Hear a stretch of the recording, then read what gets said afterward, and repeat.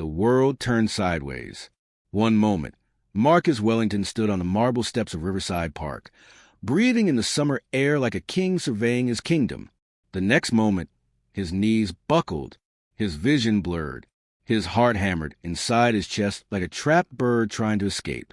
Not again, he thought, gripping the iron railing. This was the third time this week. The dizziness, the sweating, the feeling that his own body had become a stranger.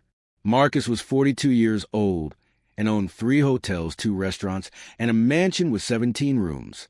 He could buy anything he wanted, but he couldn't buy an answer to this sickness that crept through him like fog.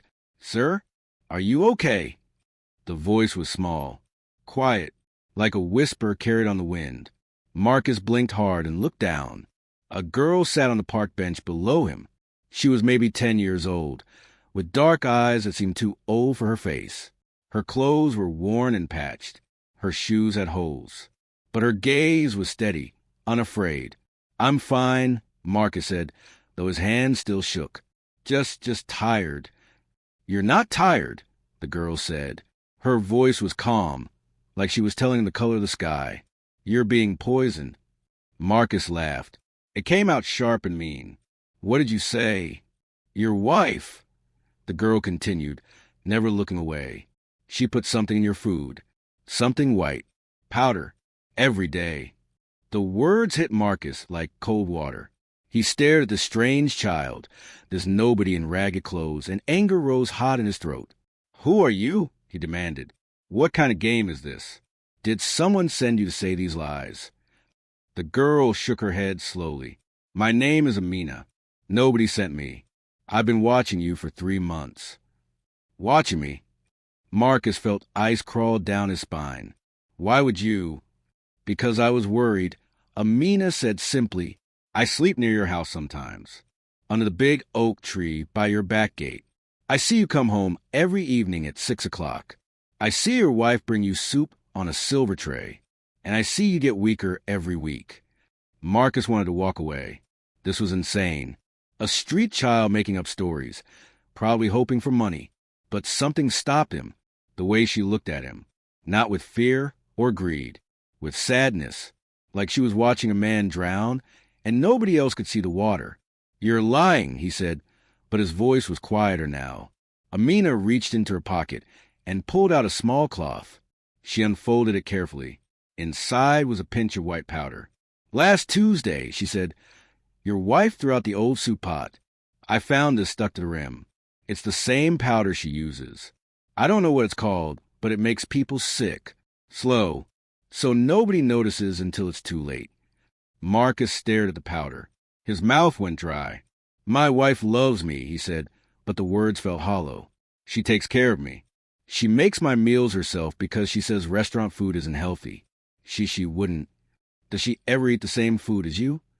Amina asked. Marcus opened his mouth, closed it, thought back to dinner last night, and the night before, and the night before that. Elena always made him special soup, special tea, special meals just for him because he worked so hard. She said she'd already eaten. She said she wasn't hungry. She said, "No, Marcus Guisper." She doesn't eat the same food. The park seemed to tilt again, but this time it wasn't his body failing. It was his whole world shifting beneath him. Amina folded the cloth back around the powder.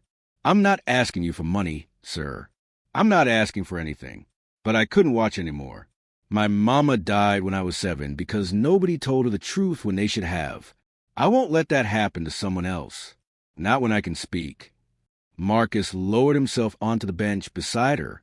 His expensive suit looked strange next to her patched dress. His gold watch caught the sunlight while her wrists were bare.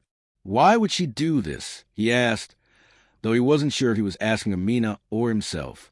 "We've been married for 12 years. She has everything. I give her everything." "Some people are scared of losing things," Amina said softly. "So they hold on tight, too tight, until holding becomes hurting." Marcus looked at this small girl with the ancient eyes. "How do you know so much?" he asked. "The street teaches you," Amina said. "You learn to watch. You learn to see what people hide. You learn that sometimes the most dangerous person is the one who smiles while they hurt you. Marcus sat in silence. His mind raced through memories like shuffling cards. Elena's insistence that he take his vitamins every morning. Her anger when he suggested eating out instead of at home. The way she watched him drink his tea, always waiting until the cup was empty. The symptoms started 6 months ago, right after he'd mentioned wanting to spend more time at his office, sleeping there during busy weeks. Right after Elena said, "You're drifting away from me. I need you here. I need you close." "What should I do?" Marcus asked, his voice breaking. Amina stood up. She was so small, barely reaching his shoulder even while he sat. "Go home," she said. "Watch carefully. Look for the truth you've been too comfortable to see. Then decide what kind of man you want to be." She started to walk away. "Wait," Marcus called. "If you're right, if you just save my life, let me help you. Money, a place to stay, school." "I didn't do this for a reward," Amina said, turning back with a sad smile. "I did it because it was right. The truth doesn't cost anything, sir. It's free. The expensive part is what you do with it." Then she disappeared into the park, leaving Marcus alone with a terrible new knowledge and a choice he never wanted to make. The sun was setting. It was almost 6 o'clock. Time to go home. Marcus sat in his car outside the mansion for 20 minutes. His hands gripped the steering wheel, so tight his knuckles turned white. Through the tall windows, he could see the warm glow of lights. The chandelier in the dining room sparkled like stars. Everything looked perfect, safe, beautiful. But Amina's words echoed in his head. The most dangerous person is the one who smiles while they hurt you. Finally, Marcus took a deep breath and went inside. "Darling, you're home." Elena rushed to him, her blonde hair perfect, her smile bright. She wore a blue dress he'd bought her last month. She kissed his cheek. "I was getting worried. You're usually so punctual."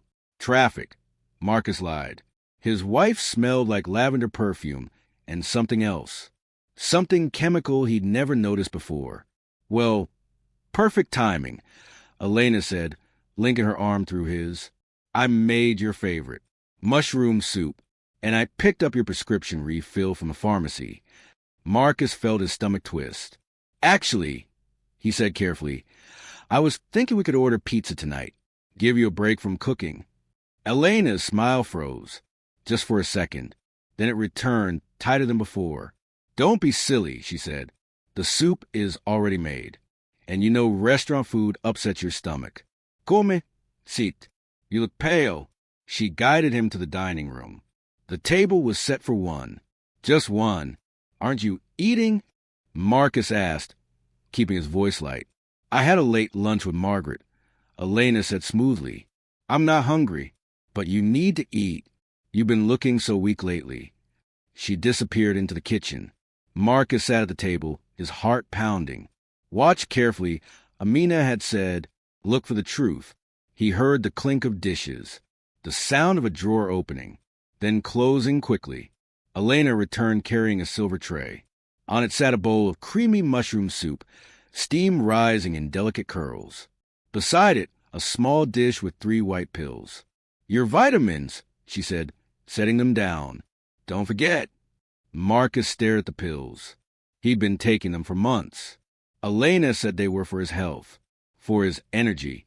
She ordered them from a special pharmacy and always handled the prescription herself. "What exactly are these?" he asked. Elena laughed, but it sounded nervous. "We've been through this, darling. Vitamin D, B12, and the supplement Dr. Harrison recommended for your iron levels." "I don't remember Dr. Harrison recommending anything." "Well, you've been so forgetful lately," Elena said. Her hand trembled slightly as she adjusted the spoon beside his bowl. "That's another reason you need these. They help with memory." Marcus picked up his spoon. The soup smelled delicious. Rich and creamy, just how he liked it.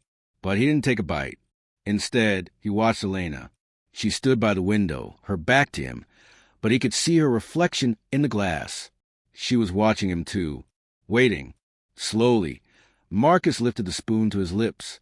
He saw Elena's shoulders relax. Then he lowered the spoon back to the bowl. Actually, I'm not very hungry, he said. Elena spoon around.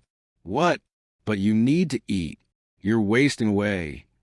I'll eat later, Marcus said, standing up. I need to check some emails first. Marcus. Her voice had an edge now. Sharp. Desperate. Sit down and eat your soup. It wasn't a request. It was a command. Marcus looked at his wife. Really looked at her. Her jaw was clenched. Her eyes were too bright. Her hands were balled into fists. This wasn't love. This was control. When did it start, Elena? He asked quietly. When did what start? But her face had gone pale. The powder.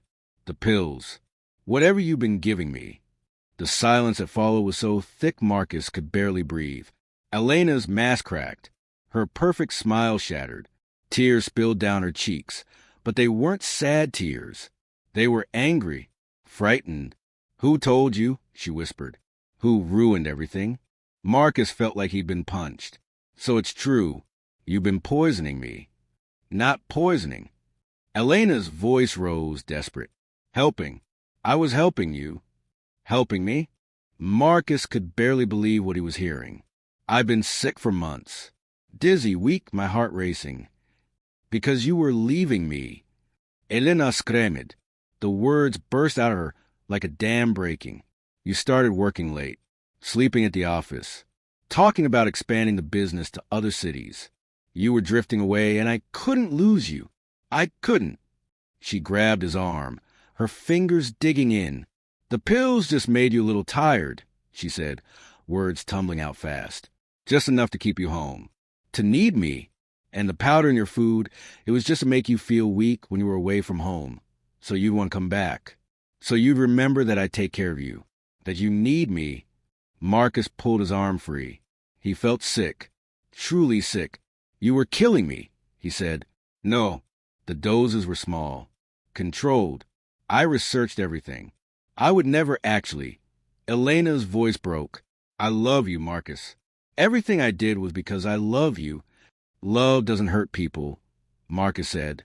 Love doesn't trap them. Love doesn't. Easy for you to say. Elena's tears came harder now. You have everything.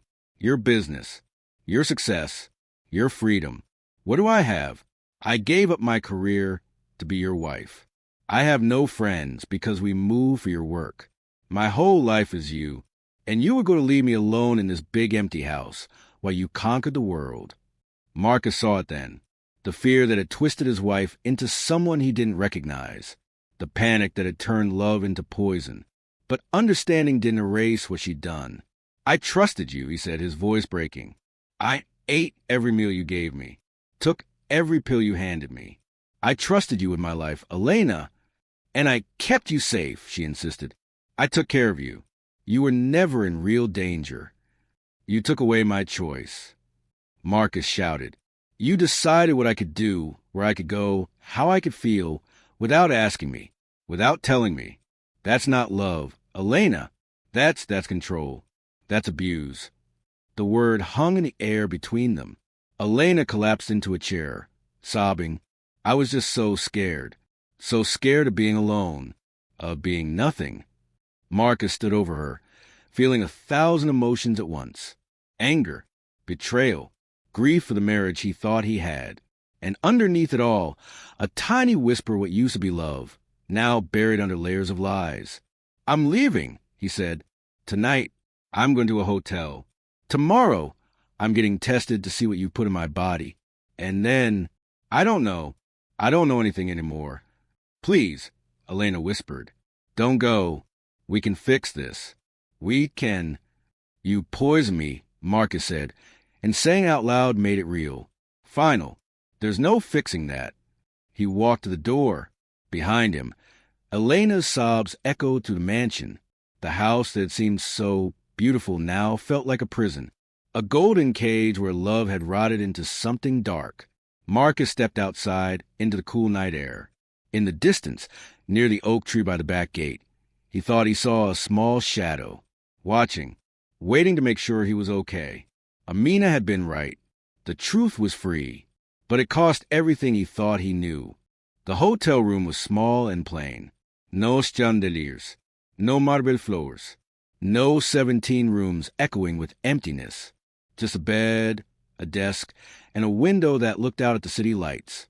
Marcus sat on the edge of the bed, staring at his hands. They weren't shaking anymore. For the first time in months, his body felt quiet. Still, he hadn't eaten anything Elena prepared, hadn't taken the pills, and already he felt different, clearer. The next morning, Marcus went to the hospital. Dr. Patel was a kind woman with gentle eyes. She listened as Marcus explained everything. She didn't judge, didn't gasp, just nodded and ordered tests. Blood work, hair samples, urine analysis. We'll know in a few days, she said. But Marcus, even if the tests show what you suspect, you need to decide what comes next. Will you report this? Will you divorce? Will you try to heal? Marcus didn't have answers yet. 3 days later, Dr. Patel called him back to her office. She slid a folder across the desk. Inside were numbers and medical terms Marcus didn't fully understand, but he understood enough. Arsenic, small amounts, not enough to kill quickly, but enough to make someone sick. Tired, dependent, benzodiazepines, sedatives crushed into powder, mixed into food to make someone sleepy. Foggy, easy to control. You could have died, Dr. Patel said quietly. If this continued for another year, maybe less, your organs would have started failing. Your wife was playing a very dangerous game. Marcus closed his eyes. Part of him had hoped Amina was wrong, that the test would come back clean, that his marriage could be saved. But Truth didn't care what he hoped. What do I do now? He asked. That's up to you, Dr. Patel said. But first, you heal. Your body needs time to recover, and your heart needs time to decide what kind of future you want. Marcus left the hospital and drove to Riverside Park. He found Amina sitting on the same bench, feeding breadcrumbs to pigeons. You were right, Marcus said, sitting beside her. Amina nodded. She didn't look surprised, just sad. Are you okay? She asked. I will be, Marcus said. Thanks to you. They sat in silence for a moment. Then Marcus asked a question that had been burning in his mind. Why did you help me? You don't know me. I'm just some rich man who probably never even noticed you before. Amina scattered more crumbs for the birds. My mama used to say, if you see someone drowning and you have a rope, you throw it. You don't ask if they deserve it. You don't wonder what they'll give you. You just throw the rope. She looked at Marcus with those two old eyes. You were drowning. I had a rope, so I threw it. Marcus felt tears prick his eyes. Your mother sounds like she was a wise woman. She was, Amina said softly. She died because someone hurt her and nobody spoke up. Everybody knew, but everybody stayed quiet. I promised myself I would never be quiet, not when someone needs help. Marcus reached into his pocket and pulled out an envelope. Inside was more money than Amina had probably ever seen. I know you said you didn't want a reward, he said, but please, let me help you. School, a home, whatever you need. Amina looked at the envelope for a long moment. Then she pushed it gently back toward him. I don't need money, she said, but I know people who do. There's a shelter 3 blocks from here. Mrs. Chun runs it. She feeds kids like me, gives us a safe place to sleep, but she's always running out of supplies, always worried she'll have clothes. Amina looked at Marcus with a small smile. If you want to help me, help her. Help all of us. Because there are a lot of people drowning, Mr. Wellington, and most of them don't have anyone to throw them a rope. Marcus stared at this small girl with a giant heart, and suddenly he knew exactly what to do. Over the next 6 months, everything changed. Marcus filed for divorce. Elena didn't fight it. She moved back to her mother's house, and Marcus heard she started therapy. He hoped she would heal. He hoped she would find a way to be okay without needing to control someone else. But that was her journey now, not his. Marcus sold the mansion with 17 rooms. Too many ghosts lived there. He bought a smaller house, simpler, warmer, and he took the money from the sale and did something new. He renovated Mrs. Chen's shelter, making it bigger and better. He funded 3 more shelters across the city. He hired counselors and teachers. He created programs to help people recognize the signs of abuse, not just the kind that leaves bruises, but the quiet kind, the kind hidden in pills and powder, the kind disguised as love. He called it the Amina Project. Because a little girl saved my life, he told reporters at the opening ceremony. And if she hadn't been brave enough to speak the truth, I wouldn't be here today. Amina stood beside him, wearing a new dress but still with that same calm, wise expression. She lived with Mrs. Chun now, going to school, making friends, learning to be a kid again. But she still visited the park sometimes, still fed the pigeons, still watched people with those careful eyes. And when she saw someone who needed help, she spoke up, because that's what heroes do. 1 year later, Marcus stood in front of a crowd at a fundraising event. I used to think wealth meant having the biggest house, the most expensive things, the most control over my life, he said. But I learned something important. Real wealth is honesty. It's trust. It's people who care enough to tell you the truth, even when the truth is hard to hear. He looked out at the audience and saw Mina in the 3rd row, smiling. The richest day of my life was when I made my first million, Marcus continued. It was the day a little girl on a park bench decided my life was worth saving. That's the kind of wealth that matters. That's the kind of richness that actually means something. The crowd applauded, but Marcus wasn't finished. So I'm asking you tonight, be someone's rope. When you see someone drowning, speak up. Tell the truth. Don't stay quiet because it's uncomfortable or because you're scared. Your voice might be the only thing standing between someone and disaster. More applause. Louder this time. After the event, Amina found Marcus by the dessert table. That was a good speech, she said, stealing a cookie. I learned from the best, Marcus replied. They stood together, the millionaire and the girl who saved him, watching people laugh and talk and donate to a cause that mattered. Do you think your wife will ever get better? Amina asked quietly. Marcus thought about it. I hope so. She was scared and made terrible choices because of that fear, but those were still her choices. She has to live with them now, just like I have to live with mine. And what choice are you living with? Amina asked. Marcus smiled. The choice to listen when someone tells you the truth. The choice to help instead of just having. The choice to be the kind of person who throws the rope. Amina nodded, satisfied. As the night ended and people headed home, Marcus realized something. His heart didn't race anymore. His hands didn't shake. His vision was clear. He was healed, not just his body, but his soul. And it all started with a girl on a bench who cared enough to speak. Remember, the people closest to you should make you stronger, not weaker. Love should feel like freedom, not a cage. And if something doesn't feel right, trust that feeling. Your life is worth protecting. Sometimes the truth hurts, but lies hurt more and they hurt longer. Be like Amina. Speak up. Throw the rope. You never know whose life you might save. If this story touched your heart, hit like. Share it with someone who needs to hear this message. And subscribe for more stories that matter. Because stories have power. And your voice has power too. Use it wisely.